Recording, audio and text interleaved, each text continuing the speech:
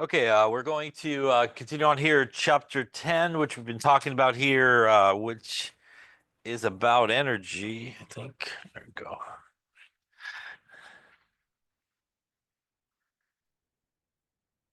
So last time we talked about obviously energy in this chapter and really kind of two ways that we kind of look at energy or energy sort of displayed in chemistry. One is delta H, which is the change in enthalpy. And as we talked about, that basically is the amount of heat that's either sort of absorbed or released as a result of sort of a chemical reaction. I would say, as we talked about perhaps last time, probably 99% of the time, that's how, if you were given sort of an equation and some type of energy value, that's most likely the value you're going to be given, and how you can determine, as we talked about, whether or not, for example, the reaction is going to be endothermic or exothermic. Again, exothermic, as we talked about, heat and energy being released, and endothermic, it being absorbed. And when we have delta H values given to us, remember it's really the sign of the delta H value that allows us to determine whether or not a reaction is going to be exothermic or endothermic. If we have a negative value for it, it means the reaction overall is sort of exothermic, going to be releasing that energy. If we have a positive value for it, it then means that it is going to be absorbing the energy overall. We also talked about how we could calculate the delta H of a reaction. And we basically can do that by taking the delta H of all of our products, and we basically subtract it from the delta H of all of our reactants.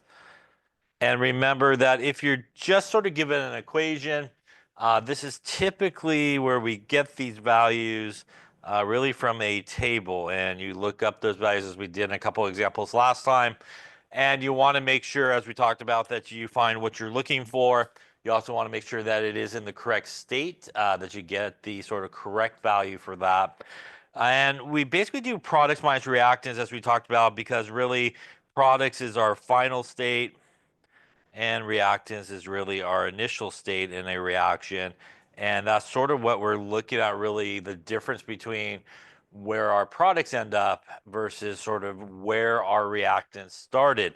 And we can calculate that again by taking into account, as we talked about last time, that if you do have an equation, you do need to take into account the coefficients when you look up those values in the table. These again are what are referred to as the moles of each of those things, and you do need to times it by whatever values that you have in that table. So again, if you look up again the value for A, we would need to multiply that value by 2. And if you look up obviously here for B, we need to multiply it by 3, and C, we would need to multiply it by 4. We basically add up all of our products, we subtract from all our reactants, and ultimately in terms of exothermic or endothermic, the number's not all that important, but again, it is the sign that really is important in terms of determining that. We also saw some energy diagrams for each of these sort of things, and remember that an energy diagram shows the reactants to products. So we have like a energy diagram such as this. And in this particular case, we have our reactants, we have our products, and it is that difference in energy between those two. So the difference between where the reactants started and where the products end, that is our delta H for that particular reaction. And in this particular case, what we see is the reactants are higher in energy than our products. So the only way for our reactants sort of get down there in terms of energy is overall here we do need kind of energy to be released to do so. And this is your classic sort of exothermic diagram when you see the reactants higher in energy than the products. Overall, that's going to release energy from that to allow those guys to get down there. We also talked about an important sort of barrier to a reaction taking place, and that is the energy from where the reactants is to kind of the peak of this hill. That again is our activation energy, if you remember. And our activation energy is the minimum amount of energy that's required for a reaction to take place. as we talked about, is sort of, again, that energy barrier that the reactants has to climb to get to the other side.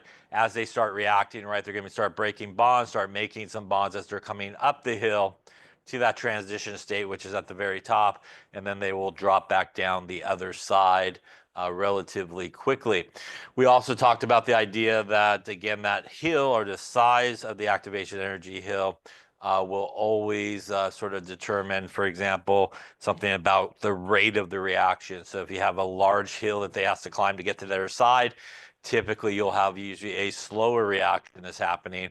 If you have a much smaller hill with those guys to climb, activation energy wise, usually you'll have a lot more reactants being able to get to the other side, and usually that's a faster sort of rate for a reaction. Now, again, why this is exothermic is if we do our products minus our reactants here, when we look at our reactants, a larger number than our products. So again, here we would be taking a small number minus a large number, and that is what's going to yield us that negative that we see in an exothermic sort of reaction. Opposite is a little bit true here for endothermic. The diagram will look a little bit different here. We'll actually see something like this. And in this particular case, if we look at the energy of our reactants versus our products, that again is going to be our delta H, and the energy from our reactants to the top of the hill there is going to be our activation energy. The difference here, though, is the reactants are actually lower in energy than the products, which means energy has to be put in there for them to kind of get up there to the products, and that is why this is going to be really a endothermic reaction, as energy will be absorbed over that period of time. Same sort of calculation if we did it for this guy here, which gives us our endothermic reaction. We could take our delta H of our products, which is actually a larger number than our reactants. So in this case, we're actually taking a large number minus a small number, and that's what's going to yield us a positive value when we look at the delta H for an endothermic reaction. In addition to delta H, which is, I would say, really a most common way that we do see energy and talk about energy in chemistry, we got there at the end. Another common way that we could calculate heat and energy in a reaction, kind of like what you did today in lab, I imagine, and that was specific heat. And specific heat has an equation of Q is equal to ms delta T. And this is basically your heat or energy. And those are typically units of either joules or calories. Remember that Q is the one that has basically just one unit, either joules or calories, typically speaking. Also, write a number that they want you to know is that conversion between them, 4.184 joules is equal to 1 calorie. So that, again, is a conversion that we use a good amount here. M is our mass, which is typically in grams. S is our specific heat capacity. And that is, again, the amount of energy that's required basically to raise 1 gram of a substance by 1 degree Celsius. And that's because these guys will then have 3 units associated with it, either joules per gram per degree Celsius or calories per gram per degree Celsius.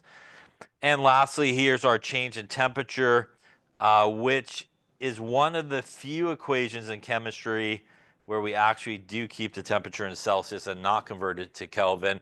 And that's really because, typically speaking, our specific heat capacities are in Celsius already. So we don't actually do the conversion here. Most important, though, about the change in temperature, as we talked about last time, is doing it correctly, which is final temperature minus the initial temperature. Remember that this number will always be positive. That number will pretty much always be positive. So it really is a change in temperature, which is going to be the only thing that may turn your heat or energy there into a positive or negative number, depending on which way you go. So you do not want to just take the difference. You want to make sure that you do final minus initial, because if you do get a negative, it's important.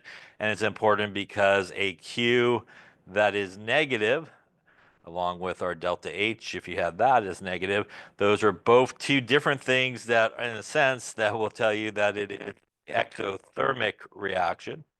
And if you did your delta H like we talked about that's positive, or you end up with a Q value that's positive, that again is going to tell you that it is an endothermic reaction. So again, that change in temperature is really important because that's going to allow you either to have a negative value or a positive value. Much like you probably saw today in lab, you could do these type of reactions pretty simply. A couple of coffee cups, styrofoam type cups, good insulated cups, and a thermometer is pretty much all you need. And you can follow again the temperature change to really do a calculation to figure out what's going on. That temperature change tells you whether or not that substance, for example, is absorbing energy or losing energy. Again, if it's absorbing energy, you will see the temperature start to rise as it gains all that energy. And if it is actually exothermic and losing heat and energy, you will see the temperature of that substance go down from where it started with, because as it loses that energy, the temperature reflection is going to come down. Um, Also really important is the specific heat capacity of liquid water, which is a value, again, they want you to know, which is 4.184 joules per gram per degree Celsius, or 1 calorie per gram per degree Celsius. That is also really our conversion factor between those two units. So it's a double one there. If you remember one number or conversion, you'll have both.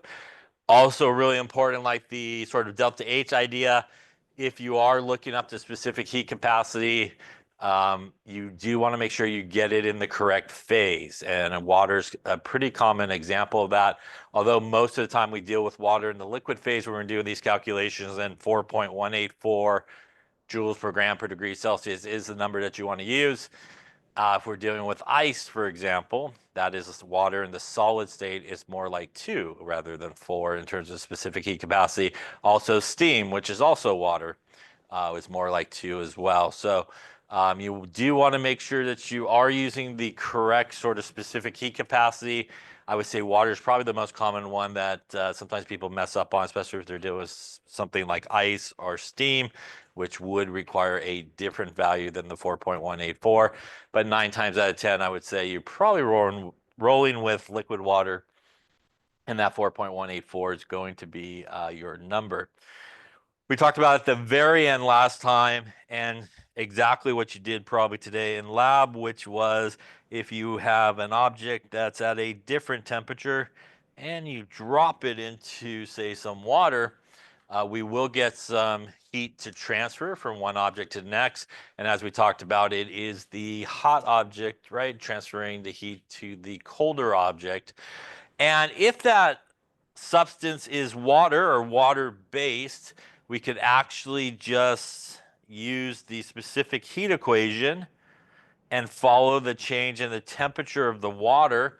And what that would allow you to do is to figure out how much energy, for example, the water absorbed by if you put, for example, a hot piece of metal into it.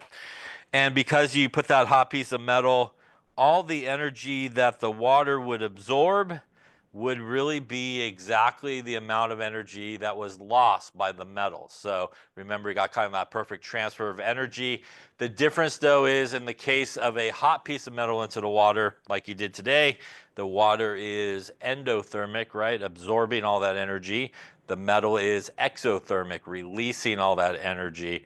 And that means that the Q of the metal, for example, would be equal to negative Q of the water. That means that if the water gained 50 joules of energy, the metal would have lost negative 50 joules of energy. Again, the same value, just the sign is different to represent that it is changing. So in this experiment, like you did before, you could then, if you want to know something like the specific heat of the metal, you could do your water calculation to figure out the metal's Q. You'll have the mass and the change in temperature. That would allow you to solve for something like the specific heat capacity of the metal. The other important thing that we talked about is obviously when this metal goes for a swim in the water, it will essentially come to equilibrate with the same temperature as the water, right? So whatever the highest temperature the water reaches will also be the final temperature of that metal. Any questions on that there that we talked about last time? All right. So This is that relationship, as we talked about, that if you have zero heat or energy loss in a system like we've been talking about, where we take, for example, a hot piece of metal and you put it into water. And by the way, it doesn't have to be a hot piece of metal. You could take a cold piece of metal, put it into water. You'll still get a transfer of energy. It will equal a total amount of zero. And basically, this is Q of the water is equal to this. And this is Q of the metal equals this. And when you add it together, you should get zero. So for example, if we moved all this to the other side, you could actually set the M of the water and the S there of the water and the delta T. As we talked about last time, sometimes people will use C instead of S as well for specific heat capacity. And that will equal, the important part here is negative. You got to incorporate that negative in there when you are doing the metal side here versus the water side. So that negative is really important. You do have to insert it. Otherwise, you will not get necessarily the right answer, especially if you're doing something, for example, like trying to figure out a final temperature or initial temperature. If you do not insert that negative correctly, you will end up with a adding when you should be subtracting or subtracting when you should be adding. So it's really important to keep that in mind. In a lot of cases, if you're solving for something outside of maybe the change in temperature, you usually could just do kind of two calculations, one involving the water, and then go do one involving the metal. But sometimes you do have to kind of set them equal to each other, those two equations. But again, incorporating that negative is necessary to get the correct answer. All right, so why don't you try one here? I don't think we did this one last time, so why don't we try this? We have a 110-gram sample of a metal at 55.5 degrees Celsius. Raises the temperature of 150 milliliters of water from 23 to 25.5 degrees Celsius. What is that specific heat capacity?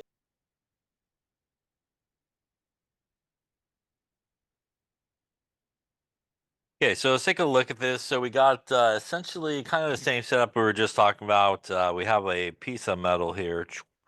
It has a mass of 110 grams.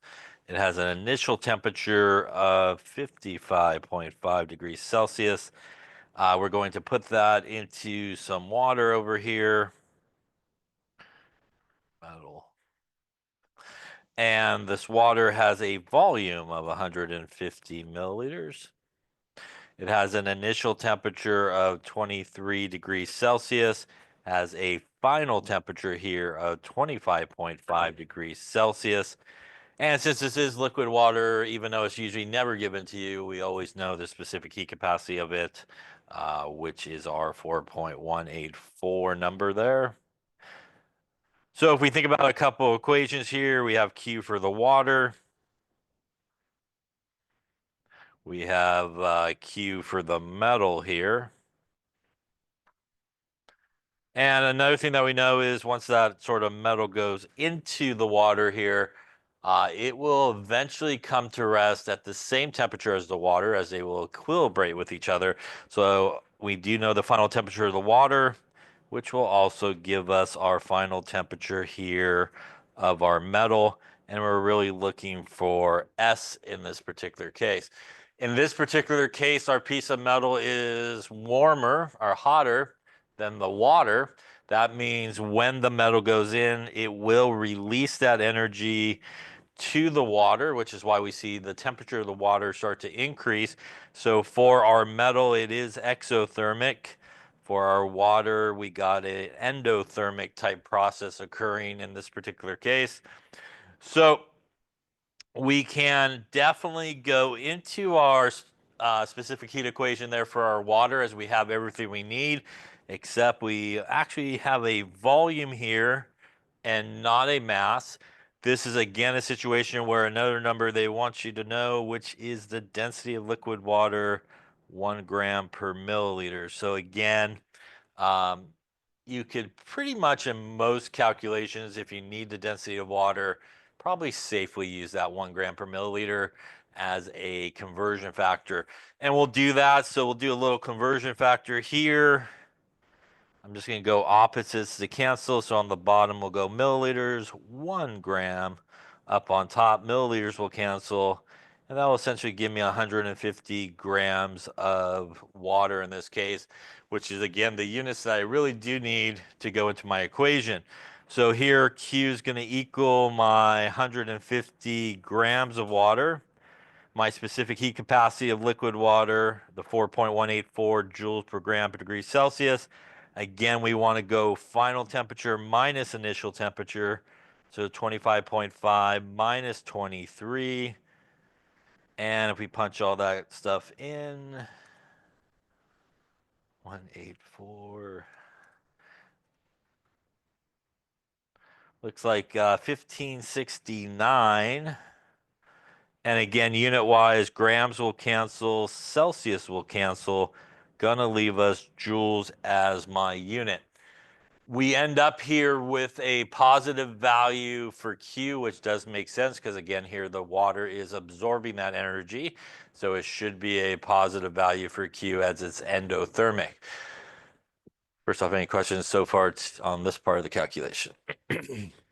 Now, I personally am not going to round to the proper sig figs at this point because I know I'm going to take this number and kind of continue on with it.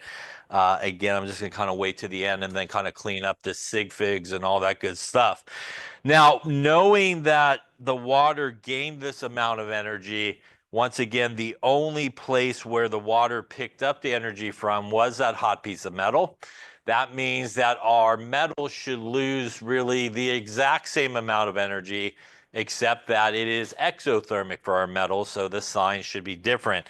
So that is where we could use our Q of the metal is equal to negative Q of the water, which means negative 1569 joules would be the Q of the metal and what it has lost in this case, as it is basically cooling down and releasing that energy into the water in the beaker or whatever you got going on there. Now that I have that, if I go to my metal sort of equation, I have the Q, I have the M, I have the delta T.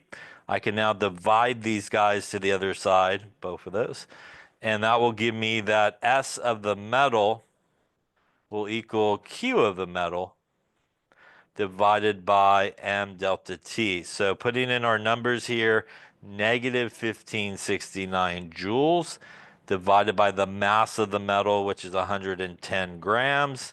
And once again, it's really important at this point to do our final minus initial here for our metal. In this case, our final is 25.5 degrees Celsius minus my 55.5 degrees Celsius. That's important because when I do that part of the calculation, that's going to give me a negative number, which will counteract the negative number that I have here and turn my specific heat capacity into a positive number, which is what it should be. So again, it's important, as we've been talking about, to make sure you do final minus initial and not just the difference. So if we divide it out here, again, I'm going to be using the whole number from the previous step. And if I do all that good stuff there on my calculator, maybe even punch it in right would be good. There we go. We're going to end up with 0.47545. Keeps on going. Units here are joules per gram per degree Celsius, as none of the units cancel out here. So none of these units cancel. The number stays with the top unit, which is joules in this case. At this point, I'm pretty much done with my calculations, so I can now kind of look to clean up everything in terms of significant figures. So we really do have to kind of go back here to our first calculation back this way. And if we do that, we're multiplying here to begin with. So that is 4 significant figures there. This guy is 4 significant figures. We are subtracting here, which means we are going to decimal places, and we should go to 1 decimal place.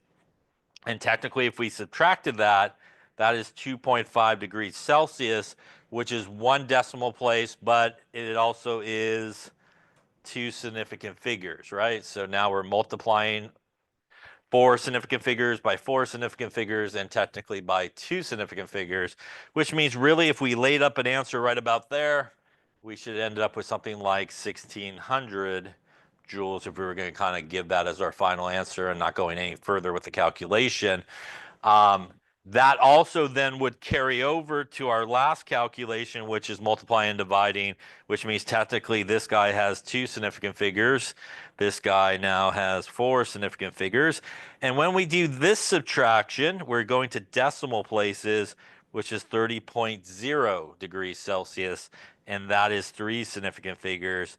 That guy's still going to be a winner here. That is 2 significant figures, which is the least, which means we probably should end up with like a 0.48 joules per gram per degree Celsius as our specific heat capacity for the metal. Any questions up to that point? So again, if you did round a little bit there off the first number, I think you'll get something fairly close to what we got. You might be a little bit off in terms of what we got there, but I think you actually get the same one even if you did round in this particular example. Any questions on that there? Questions on energy transfer from one object to the next. This obviously is kind of what you did in lab today. As I mentioned before, the water does not always have to absorb the energy. Again, if you took a piece of metal that was in the freezer and dropped it into your room temperature water, in that case, the water is going to transfer its energy to the colder piece of metal. The metal will warm up, and the water's temperature will actually go in the opposite direction, and it will go down in that case. It's kind of like the idea we talked about with ice cubes. You put some water into the freezer to make ice cubes, and room temperature water is hotter than the freezer's temperature. All that energy from the water is going to leave it, and that's what makes it freeze because it's exothermic, and it's actually the freezer air going to kind of pick up all that energy and stuff like that. Any questions on specific heat capacity? Okay. All right. So talk a little bit about energy and nutrition. We talked a little bit about it earlier, but remember that there is a nutritional calorie, which is a capital C, and that is equal to 1 kilocalorie, and that is equal to 1,000 of the little calories there. And nutritional calories, again, is what we see, for example, on nutrition labels on the back of food, where it tells you how many calories there are per serving. Also, again, if you're at the gym on some type of exercise equipment, it tells you how many calories you burn. So those are more nutritional calories, which again are 1,000 of the little calories. How do we figure out, for example, how many calories there are, say, in food or something like that? It's a kind of a simple process. You pretty much set it on fire. So one way that you could do that is through what's sometimes referred to as a bomb calorimeter. This is a piece of equipment that is essentially insulated from the outside, which means it will not, the water that's inside will not pick up any heat or energy from the outside, nor will it transfer any heat and energy to the outside. It's fairly well insulated. It has your basic water. It's got a thermometer. It's got your chocolate chip cookie, whatever it may be there, some oxygen, some ignition wires. Basically, you spark it and you set the thing on fire. As obviously that thing is cooking, it's going to release all that heat and energy to your water, and you just follow the temperature change and you do a very simple calculation like we've been doing using like the specific heat equation, and you could actually figure out how much energy the water absorbed, and that would be how much energy was released from that, say, piece of food. You could convert it into nutritional calories if you like, and you know how many calories actually were given off in that particular situation. Years ago, they used to do an experiment. Take like a Coke can, cut the top off, put some water in it, and like put like a Cheeto or something underneath it and set it on fire and just let it burn underneath it. And again, just following the temperature change in the water in the can, you could figure out how much calories were in your like Cheeto or peanuts they used to use and stuff like that. Now, when we talk about that, there's actually 3 types of food that we come across when we look at nutritional calories, and that's carbohydrates, fat, and proteins. And each of them have what is referred to as a caloric value. And if you know how many grams of each of those are, say, in your food, you could also do a rough calculation to figure out how many calories there would be in that particular food item by basically just taking the grams times the caloric value. And when we look at the caloric value for carbohydrates, it's 4 kilocalories per gram. That's basically 4 nutritional calories per gram. Fat is 9 kilocalories per gram. And protein is 4 kilocalories per gram. So if you look on a nutrition label on the back of any food item that you have, maybe it says, hey, you got like 5 grams of carbs in there. Maybe got 4 grams of protein. And maybe got 2 grams of fat. And if you want to kind of figure out, how many calories or nutrition calories there would be, you simply just take the caloric value for carbohydrates, which is 4 kilocalories per gram, and multiply it. For protein, same deal, 4 kilocalories per gram. And for fat are 9 kilocalories per gram. And basically you just add all that up. So you got 5 times 4 is 20 kilocalories. From carbs, you got 4 times 4, which is 16 kilocalories for protein. 2 times 9 is 18 kilocalories as a result of your fat. And you can basically add them all up. So like 18, 16, and 20. And you got something like 54 kilocalories in a serving probably of this, or nutritional calories. In my experience, if you look at those labels and actually do the calculation, most of the time they tend to round down for some reason, probably because lower calories is probably a better selling point. But if you look at a label, that's sort of how they give you or you get to those calories per serving. Any questions on that there? All right. Now, constant pressure calorimetry, like you kind of did in lab today, as you saw, pretty much just some coffee cups, a lid, and a thermometer is really all you need. And you could do an experiment like you did where you're really following what's happening as you add, say, a hot object to cold water. You could also do this really with real sort of chemicals, if you will, and you want to do like a real chemical reaction. So, for example, you could take some hydrochloric acid, and you could add it to some sodium hydroxide. That's an acid-base reaction, for example, that being an acid, that being a base. AQ means aqueous. It means basically a water environment. And why that's important is you can actually do a reaction like this in those like coffee cups like you used today in lab, and you could just follow the temperature change in your solution when they're mixed together.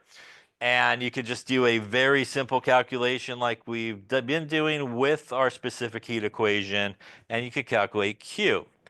And when you do calculate Q in this situation under constant pressure, which usually it is in lab because the pressure doesn't change all that much in the room, you actually are calculating not only Q, but you're calculating the delta H of the reaction as well. So you could actually calculate the enthalpy for a reaction very simply by just doing that like in those coffee cups and following the temperature change.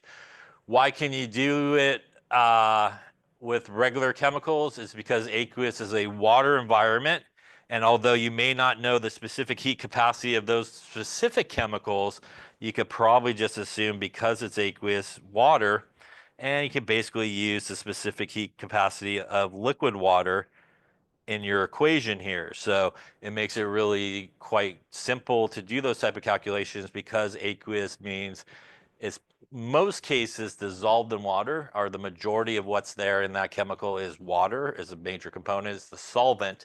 And you could assume that that chemical will have pretty much the same specific heat capacity as liquid water. And that allows you to calculate something very simply like the delta H of a reaction by simply just using basically coffee cups and a thermometer. Any questions on that there? All right. Let's get this one here. We kind of did that a second ago. All right, so to finish up this chapter, we're going to talk about thermochemical equations. And thermochemical equations, it's a big saying there, but it is essentially when you have a chemical equation and you have the delta H value given to you, it tells us, as we've been talking about, whether or not a reaction is endothermic or exothermic. Now, not all reactions, for example, occur in a one-step fashion, as we might have talked about previously. It might be a result of multiple reactions occurring, like A plus B goes to C plus D, and maybe there's a delta H value for that guy. And maybe C plus D goes to E plus F, and maybe there's a delta H value for that reaction. And if you add these reactions together, And when you do add reactions together, anything that is on the left-hand side of the arrow that's basically the same on opposite sides of the arrow, basically, in each reaction, they will cancel. There's C on the left, C on the right, so they will cancel, almost like they're subtracting off from each other, like the arrow's an equal sign. D on the left, D on the right will cancel. Everybody on the left-hand side will stay there, A plus B. Everybody on the right-hand side will stay there, E plus F. Now, if you add multiple equations together and you want to know, hey, what is the delta H of this reaction?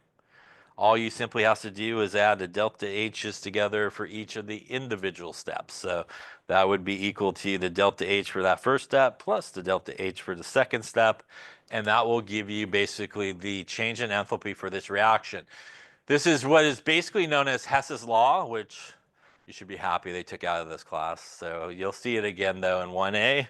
And you're basically, the idea of Hess's law is that you can put together a bunch of different small reactions to sort of build an overall reaction that you're looking for. And as long as you know the energy value of each of those smaller sort of reactions that are coming together, all you have to do is just add them all together, and that'll give you the energy that's happening in the overall reaction.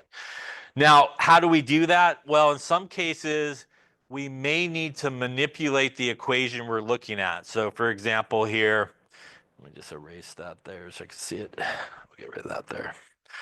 So for example, if we have this reaction here, which is basically solid water, which is ice, going to liquid water, the delta H for this reaction is 6.01 kilojoules per mole, basically. That, by the way, is what's also known as the heat of fusion for water. It's sometimes referred to that phase change energy. And that means that if I were looking at that reaction, I know it is an endothermic reaction because we have a positive value here. And that does make sense. Obviously, if we have ice, it gains some energy. It's going to start to melt and make liquid water in that case. Now, let's just say we were doing the opposite move, which is going from liquid water back to ice. That obviously is going to give us a negative value for that delta H, and that is an exothermic reaction. The amount of energy required to do that, go from solid to liquid or liquid back to solid, is numerically, as you can see here, the exact same number. The only difference is the sign. So as we go from liquid to solid, it's an exothermic process. Energy has to be released, and we will end up with a negative 6.01 kilojoules. And if we're going in the opposite direction, solid to liquid, it's going to require an endothermic input of that 6.01 kilojoules per mole, and that's going to be a positive number. So in general, if you have an equation like A plus B goes to C and you have a delta H value given to you of minus 100 kilojoules, but you don't need it written like that. You need it written in the reverse direction, it's referred to, where C goes to A plus B. You could do that, and what it affects in terms of the delta H is you change the sign of the delta H value, and now would become, in this example, positive 100 kilojoules of energy. So if you have a reaction with a delta H value, but you for some reason need to reverse the reaction, flip it around, how you adjust the delta H value is basically you change the sign. So if it was positive, it becomes negative when you flip it. And if it was negative, it will become positive if you reverse it. Any questions on that there? Now, other things that we do to equations that you come across sometimes is, why don't we just use that one for an example? The A plus B goes to C here. And the delta H, keep a nice simple number, negative 100 kilojoules. Now, let's say we came across an equation and we had this information given to us here. And because we have this information given to us here, we are now going to want to know what is perhaps the delta H value for this equation. And we can figure that out pretty simply by figuring out what we did between the top equation and the bottom equation. So as we went from here to here, what is the only thing we did in those equations? We multiplied everything by 2 essentially, right? So you took the top equation and you multiplied it by 2. That would give you 2A, 2B, 2C. What you would then need to do is multiply the delta H value that we have up there by 2 as well. And this reaction would then be negative 200 kilojoules because the coefficients, if you remember, as we just talked about, represents the moles. And this is really kilojoules per mole here. And with 1 mole of A gives me 100. When I have 2 moles of A, I need twice as much, basically, or I get twice as much out in terms of energy here. By the way, if you had to multiply by 3, you would multiply the delta H by 3. If you had to multiply by 4 or 5, whatever the number is. So if you come across an equation that's given to you with a delta H value, and you're looking for the same equation, except that you had to basically multiply everybody by a common number, then you would multiply the delta H by that common number. Now, it also works going in the division way, which means if I rolled from here back to this equation, the only thing I did was divide everybody by 2, basically, in this case. And that means that when I would go from here back to here, I would also have to divide the delta H by 2 as well. So if you multiply by a common number, you need to multiply the delta H by that common number. If you divide an equation by a common number, then you need to divide the delta H value by that common number. Question on that. So let me just see here. Let's just say we had, eh, let's just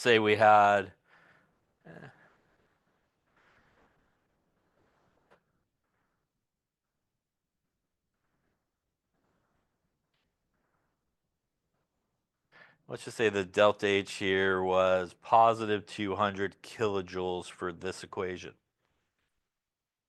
And let's just say we wanted to know what the delta H would be for this equation.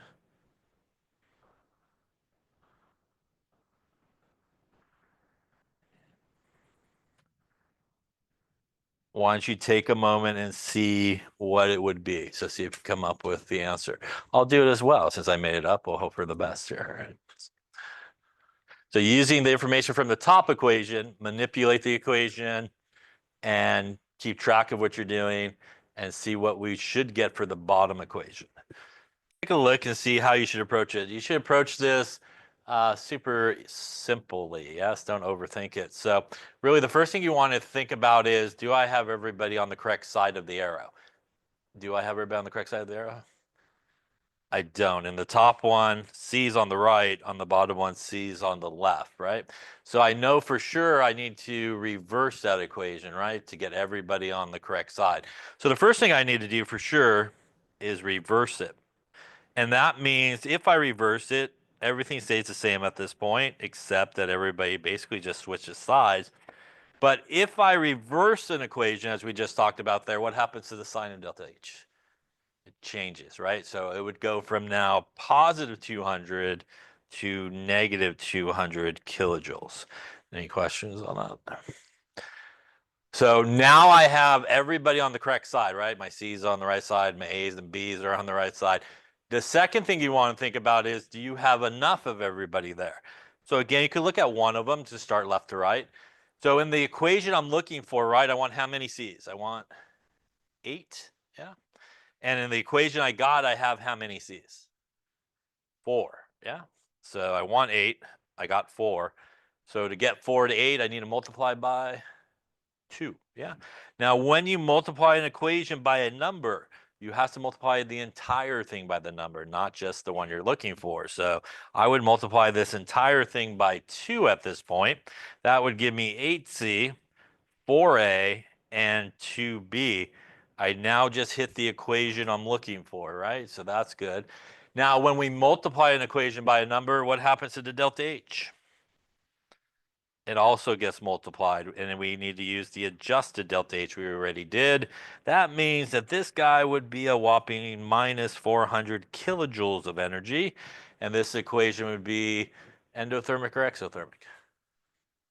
It would be exothermic as we have a negative value for delta H. So when you have something like this, and sometimes you do have to manipulate this, you'll do a lot of it in 1A when you do Hess's law. It's like all of that kind of stuff. You just got to keep track of what you're doing and adjust the delta H accordingly. And just keep it simple, get everybody on the correct side, and then make sure you have the right amount of everybody, which usually involves either multiplying by a number or even dividing by a number. And sometimes you have to do that. Any questions on that there? All right, we're late